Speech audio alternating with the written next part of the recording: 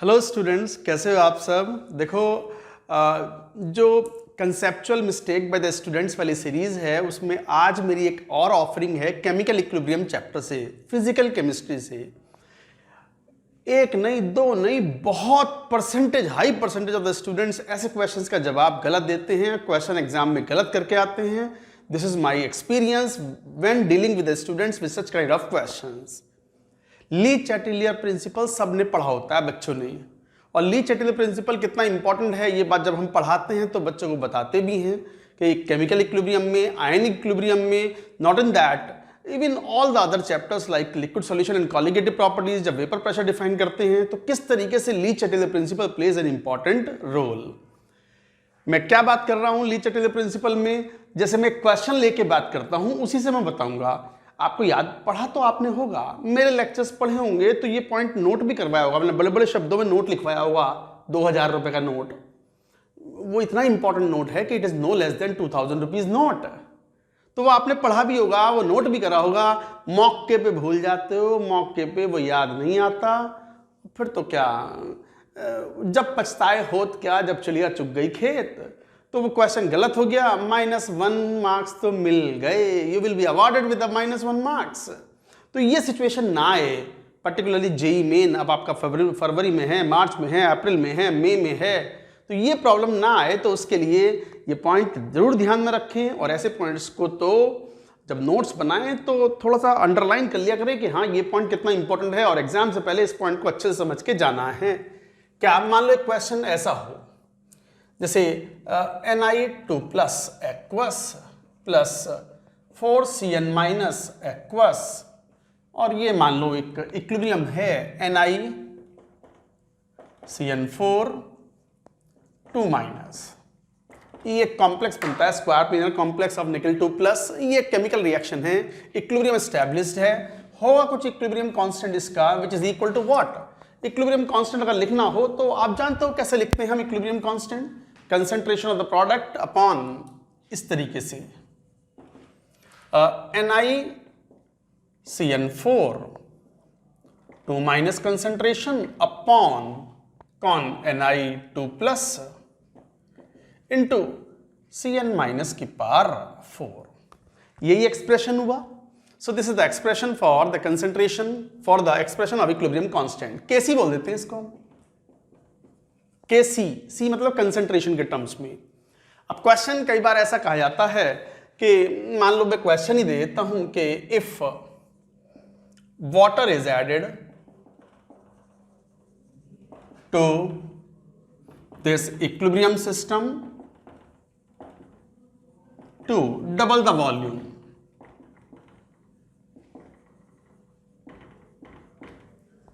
then A, equilibrium shifts forward, B, equilibrium shifts backward, C, concentration of NiCN4 2 minus degrees, D, concentration of Na2 plus increase। 5 option दे देते हैं चलो समझाने के लिए। concentration of Cn minus decrease. Concentration लिख दिया तो इस साइन की जरूरत नहीं है, हटा दो इसको, ये रहा। ये 4 ऑप्शन है, more than 1 correct, more than 1 correct.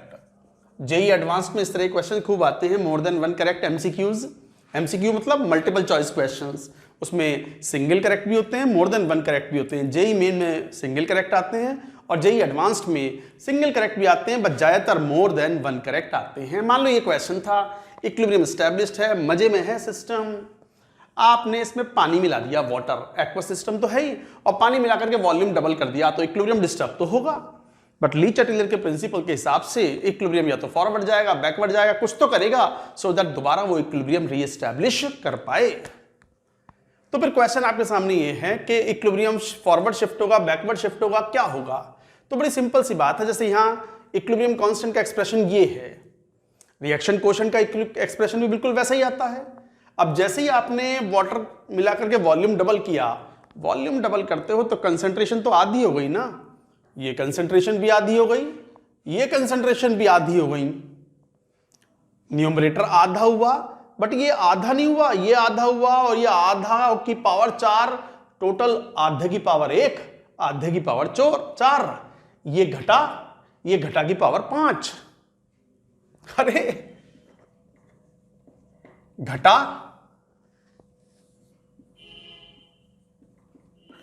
की पावर 5।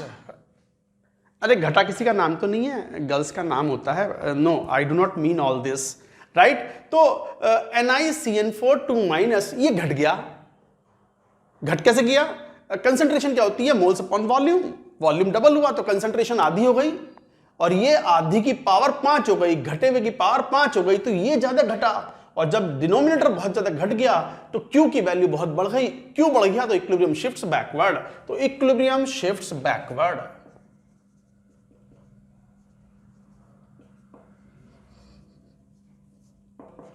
बैकवर्ड शिफ्टिंग होगी इक्विलिब्रियम, तो बैकवर्ड शिफ्ट वाला yes, B is the right answer.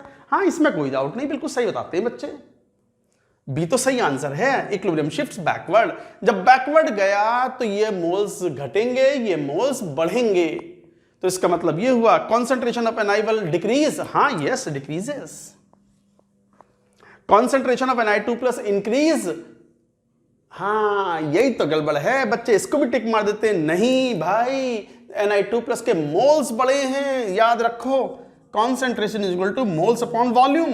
Moles भी बढ़े हैं मगर वॉल्यूम जो है, मोल्स तो बढ़ा है बट वॉल्यूम डबल कर दिया गया, डबल्ड।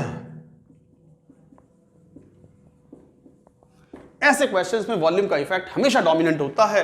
मोल्स बढ़े थोड़े से, वॉल्यूम बढ़ा है, डबल हुआ है, तो वॉल्यूम का इफेक्ट डोमिनेंट है, तो कंसंट्रेशन वापस घट जाएगी, तो कंसंट्रेशन विल डिक्रीज। दोनों ही कंसंट्रेशन डिक्रीज होंगी। In fact all the species concentration will decrease. Decrease वाला कौन सा option? E is the answer. So correct answer for this question is BCE।